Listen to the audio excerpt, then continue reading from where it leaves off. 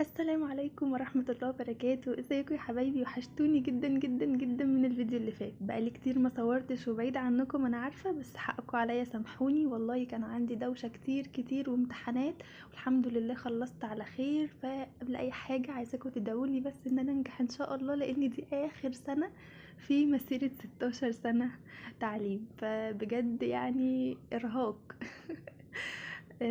بس فانتوا وحشتوني جدا جدا. النهارده هننفذ مع بعض اللكلوك القمر ده، وهننفذه مع بعض خطوة خطوة بالنعل بكل حاجة تخص اللكلوك. فمن غير كلام اكتر من كده، ياريت تشتركوا في القناة وتفعلوا زر الجرس علشان اي فيديو جديد ينزل يوصل لكم باذن الله.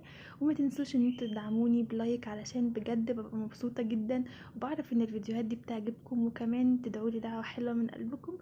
وكمان هتعبكم معايا تعملوا لي كومنت حلو، علشان انا بفرح بكومنتاتكم بكلامكم اللي بيشجعني ان انا اعمل لكم فيديوهات اكتر واكتر. وما تنسوش لو انتوا عندكم اي حاجه حابين ان انا انفذها، يا ريت تكتبوا لي برده تحت في الكومنتات. ولو مش عايزين تكتبوا في الكومنتات، اكتبوا لي في الصفحه الشخصيه بتاعتي، هكون مبسوطه جدا جدا بيكم. يلا بقى من غير كلام اكتر من كده، نبدا الفيديو مع بعض ونسمي الله ونصلي على الرسول عليه افضل الصلاه والسلام. يلا بينا.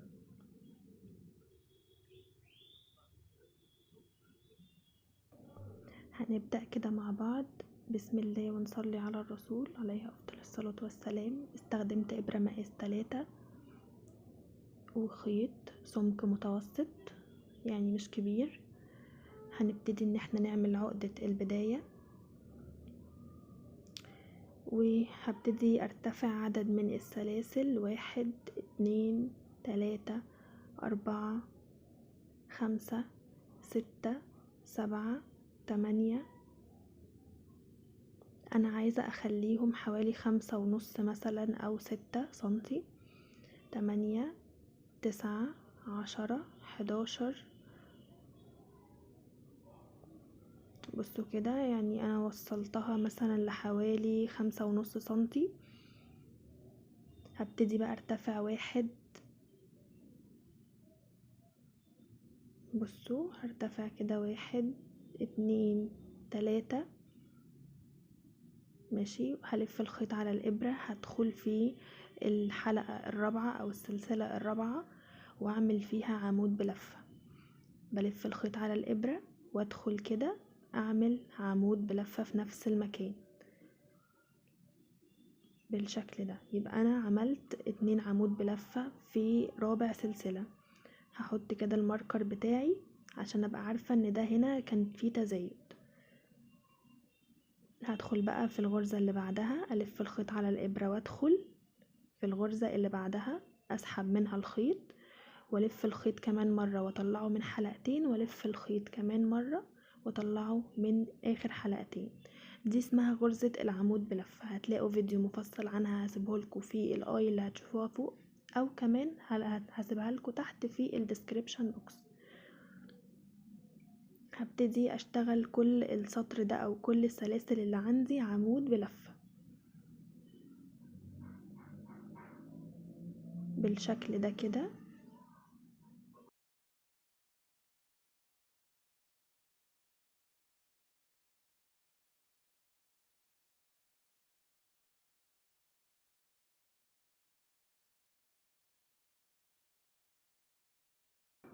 كده انا وصلت لاخر السطر. هعمل بقى الغرزة الاخيرة، هلف الخيط على الابرة وادخل اعمل عمود بلفة. ادي 1 وهحط فيه ماركر علشان اعرف ان ده البداية بتاعتي. عملت 1، هدخل اعمل تاني عمود بلفة. بعد كده 3 في نفس المكان، كل ده 3 عمود، 4 5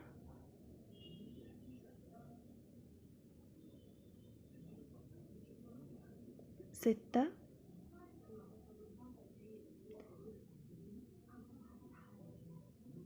كده و7. يبقى انا هعمل في الغرزة الاخيرة دي هعمل فيها 7 عمود في نفس المكان. وبرضو هعلم اول عمود عملته وهعلم اخر عمود عملته اللي هو العمود رقم 7. هحط فيه ماركر علشان ابقى عارفة العمود بتاعي، يعني ان ده كان اخر التزايد. وهبتدي ان انا اشتغل بقى على الغرز الباقية، هشتغل فيها عمود بلفة. 1. عايزين تعدوا علشان ما تتلخبطوش يبقى احسن. يعني بصوا كده ده التزايد اهو، انا فكيتها كده عشان دخلت غلط نسيت غرزة.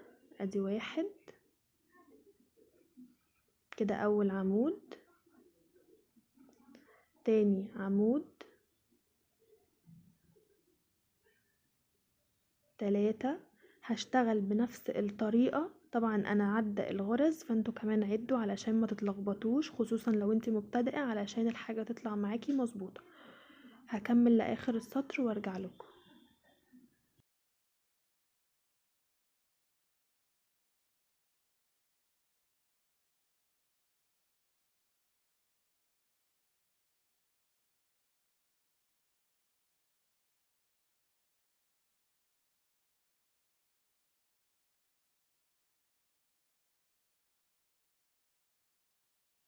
بالشكل ده كده انا خلصت اخر حاجة. هشتغل معاكم بقى اخر غرزة في السطر. بصوا اللي انا كنت طالعة منها الثلاث سلاسل او اللي انا اشتغلت فيها 2 عمود، هدخل في نفس المكان هعمل ادي عمود، ثانية هعمل عمود، ادي 1 كده،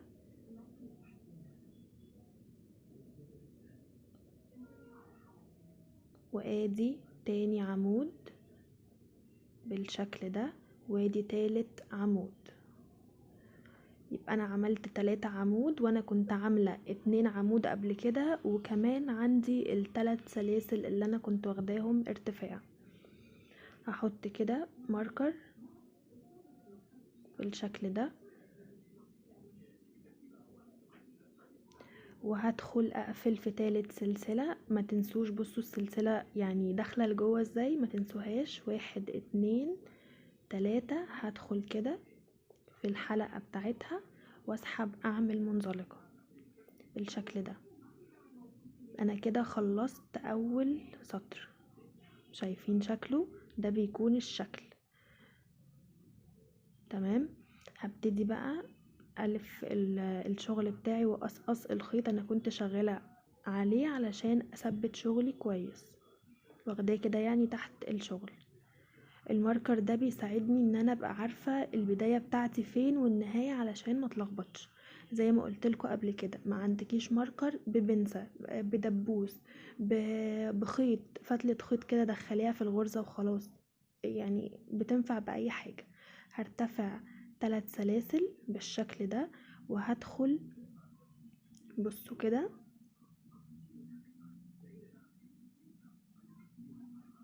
هدخل فين بقى، في المكان اللي انا ارتفعت منه ال3 سلاسل تمام. عملت فيها عمود، هدخل في الغرزة اللي بعدها اعمل فيها 2 عمود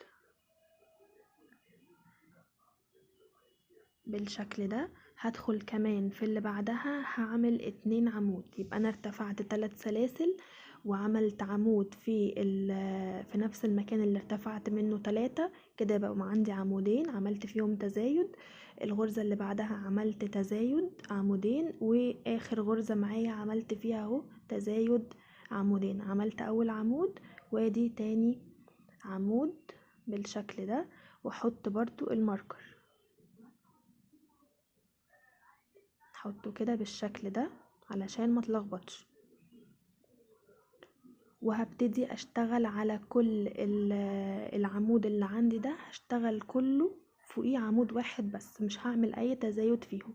يبقى فوق كل عمود هعمل عمود.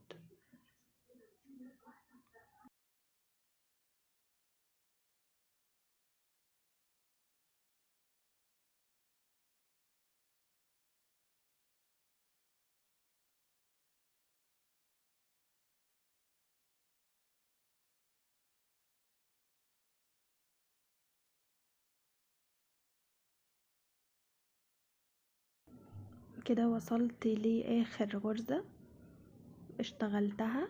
تمام، هبتدي بقى ان انا اشيل الماركر هنا وهلف الخيط على الابرة واعمل عمود بلفة هنا، واعمل كمان عمود بلفة في نفس المكان. يبقى انا هعمل هنا تزايد، هحط الماركر في اول عمود انا اشتغلته كده اللي هو بتاع التزايد علشان منساش.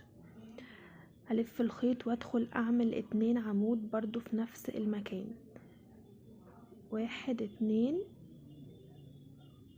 هنا، 1 2 1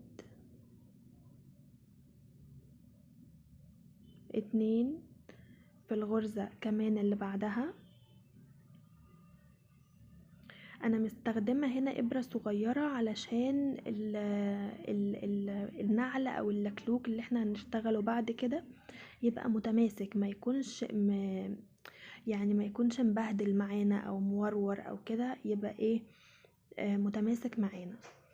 فاستخدمت ابرة مقاس صغير شوية عن الخيط او عن الابرة اللي انا بحب ان انا استخدمها مع الخيط ده، فاهمين قصدي؟ هشيل كده الماركر وهعمل اخر 2 عمود، ادي 1 ادي 2 بالشكل ده كده، وهحط الماركر بتاعي برضو.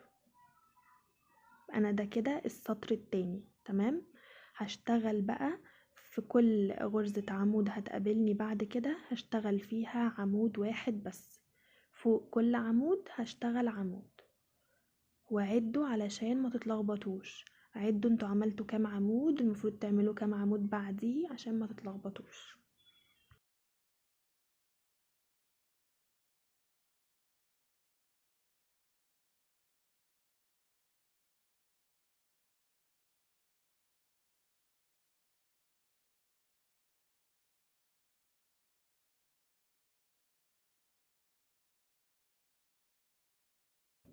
كده وصلت لاخر غرزة، هشيل بقى الماركر بتاعي بالشكل ده وهلف الخيط واعمل برضو هنا 2 عمود.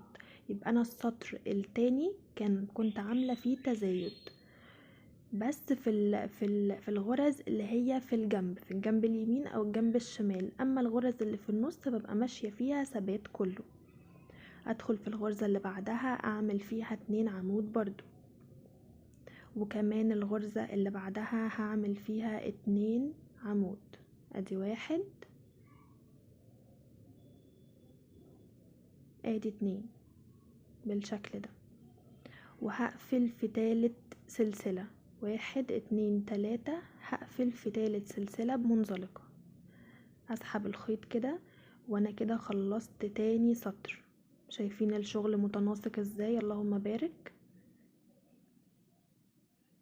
بالشكل ده كده هبتدي بقى على طول اشتغل السطر التالت. هرتفع بقى، شايفين؟ هرتفع سلسلة واحدة وهدخل في نفس المكان هعمل غرزة حشو. هدخل هنا كده في نفس المكان اللي ارتفعت منه واعمل غرزة حشو. الغرزة اللي بعدها هشتغل 2 حشو. الغرزة دي شايفين الغرزة دي كده هدخل تحتها واشتغل 2 حشو، 1 2. اللي بعدها هشتغل حشو واحدة بس، والغرزة اللي بعدها هشتغل 2 حشو في نفس المكان.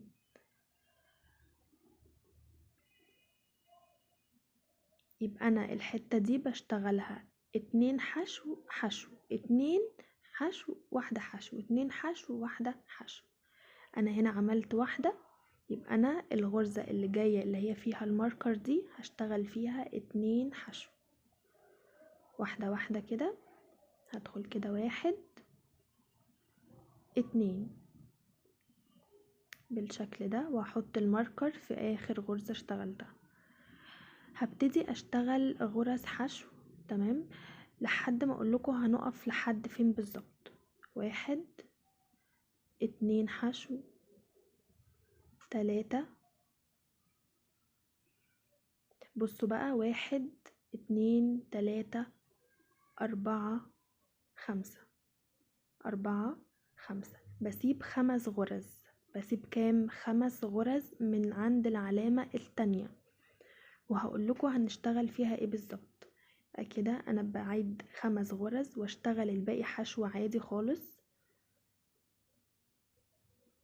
كده فاضل لي غرزة حشو كمان. الخيط بس ما كانش بيتشد معايا، معلش. انا هنا عملت غرزة حشو كمان. هاجي بقى على الغرزة، بصوا انا سايبة 1 2 3 4 5. في ال5 دي هشتغل فيها نص عمود بالشكل ده. هلف الخيط على الابرة، ادخل اسحب الخيط اخرجه من ال3 حلقات كلهم. دي اسمها غرزة نص عمود. اللي بعدها هشتغل عمود. بصوا ممكن تحسوا ان انا مسرعة الفيديو او الفيديو سريع، بس انا عشان شرحة الكلام ده في الفيديو اللي قبله.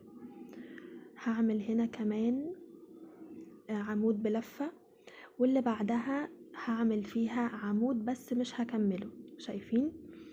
عملت عمود بس ما كملتوش، خرجته من حلقتين بس. هشيل الماركر بتاعي، الف الخيط على الابرة، ادخل في الغرزة اللي كان فيها الماركر واسحب الخيط واطلعه من حلقتين. هيبقى معايا 3 حلقات على الابرة. هلف الخيط واطلعهم من ال3 حلقات مرة واحدة. تمام. هنفذه معاكم برضو في الغرزة اللي هي الماركر اللي بعده، هتفهموها اكتر مني. بعد كده هعمل في نفس الغرزة اللي كان فيها الماركر هعمل فيها عمود بلفة كمان. يبقى انا هنا عملت 2 عمود بلفة. اللي بعدها عملت عمود لوحده، والغرزة اللي جاية هعمل فيها 2 عمود في نفس المكان كده. تاني عمود. الغرزة اللي بعدها عمود واحد بس كده. الغرزة اللي بعدها طبعا 2 عمود. اكيد انتوا حفظتوا، بس ثانية هلخبطكم قدام شوية، اصبروا. كده عملت 2 عمود اهم. بعد كده عمود، 2 عمود، بعد كده عمود، وبعد كده 2 عمود. هشتغل عمود بلفة هنا في الغرزة اللي بعدها. تمام. بصوا بقى الحتة اللي جاية دي هدخل اشتغل 2 عمود. اللي بعدها المفروض اشتغل عمود واحد. تمام. لا، انا مش هشتغل عمود واحد، انا هشتغل 2 عمود في الغرزة دي. تمام. ادي 1، ادي 2 بالشكل ده، وادخل هنا اشتغل عمود. مش عايزة اسرع الفيديو علشان لو في حد لسه مبتدئ حابب ان هو يمشي معايا خطوة خطوة ما يتلخبطش. عمود، خصوصا الحتة اللي فيها تزايد دي عشان بتلخبط ناس كتير قوي وبيطلع الشكل معاهم في النهاية مش مظبوط. 2 عمود. هشتغل كده عمود 2 عمود، عمود 2 عمود بالشكل ده كده. عملت هنا 1، يبقى هعمل هنا 2، واعد كده واخد بالي كويس جدا وانا بشتغل. كده عملت واحدة. نيجي بقى لغرزة الماركر. بصوا بقى هشتغل ازاي. هعمل فيها عمود عادي خالص. ادي 1، ده كده اول عمود هشتغله عادي خالص. الغرزة اللي بعدها هدخل في نفس المكان برضو. تمام. هدخل كده في نفس المكان برضو، هلف الخيط على الابرة، ادخل في نفس المكان، اسحب الخيط واخرجه من حلقتين بس. هقوم لفة الخيط على الابرة وادخل في الغرزة اللي بعدها، اسحب الخيط واخرجه من حلقتين بس برضو. تمام. واقوم لفة الخيط على الابرة واخرجهم من ال3 حلقات مرة واحدة. يا رب يكون واضح معاكم كده. تمام. هشتغل بقى في اللي بعدها، الغرزة اللي بعدها على طول هشتغل فيها عمود كده. والغرزة كمان اللي بعدها هشتغل فيها عمود. طب اللي بعدها بقى هشتغل نص عمود. بخرج من ال3 حلقات كده مرة واحدة. ادي 1. الغرزة اللي بعدها كمان نص عمود بالشكل ده. وبعد كده بصوا كده الشكل بدأ ان هو الجوانب تظبط معايا. بعد كده هشتغل غرزة حشو 1 2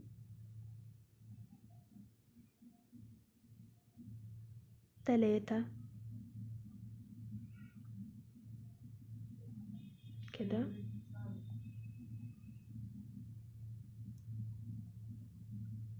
4 وهاخد الخيط كده الوصلة دي كده اخدها معايا تحت الشغل.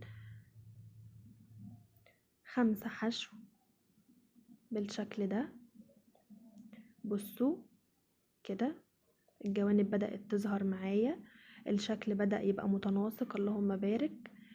عايزة اللي يجربه يكتب لي تحت في الكومنتات ان هو جرب النعل ده وكان تمام معاه ولا لا، وايه الصعوبات اللي واجهتكم انتوا بتنفذوه. ولو في اي حاجة تبعتولي على البيج بتاعتي او الجروب بتاعي او الصفحة الشخصية، انا برد على اي حد. شلت الماركر كده، هدخل في المكان بتاع الماركر. بصوا هعمل فيها 2 حشو، ادي 1 ادي 2، واحط الماركر برضو لان ده هنحتاجه في لما نطلع بوش اللكلوك او وش السليبر بتاعنا. بعد كده اعمل حشو 2 حشو زي ما بدأت معايا السطر من الناحية التانية، حشو 2 حشو حشو 2 حشو بنفس الطريقة كده. هنا هتبقى اخر واحدة حشو واحدة بس، وهقفل بقى مش هقفل في السلسلة، انا هقفل في اول غرزة حشو انا عملتها بالشكل ده. وكده ابقى نهيت النعل بتاعي للمقاس اللي احنا قايلين عليه. المقاس ده يلبس من شهور لسنة، ممكن كمان سنة ونص. قصقصت كده الزيادة اللي انا كنت واخداها من ورا اللي كنت حطاها تحت الشغل، وده كده الشكل النهائي. شكله لطيف ومظبوط، مفيش حاجة طالعة، مفيش حاجة شكلها منعكش او الكلام ده كله. اتمنى الفيديو يعني تستفادوا منه وتطلعوا منه بمعلومة مفيدة. انا كده قست النعل مقاسه 12 سنتي، والعرض بتاعه حوالي 7 سنتي زي ما انتوا شايفين كده.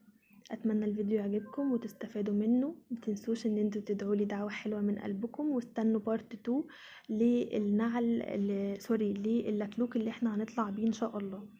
بحبكم جدا، اشوفكم الفيديو اللي جاي على خير. باي باي.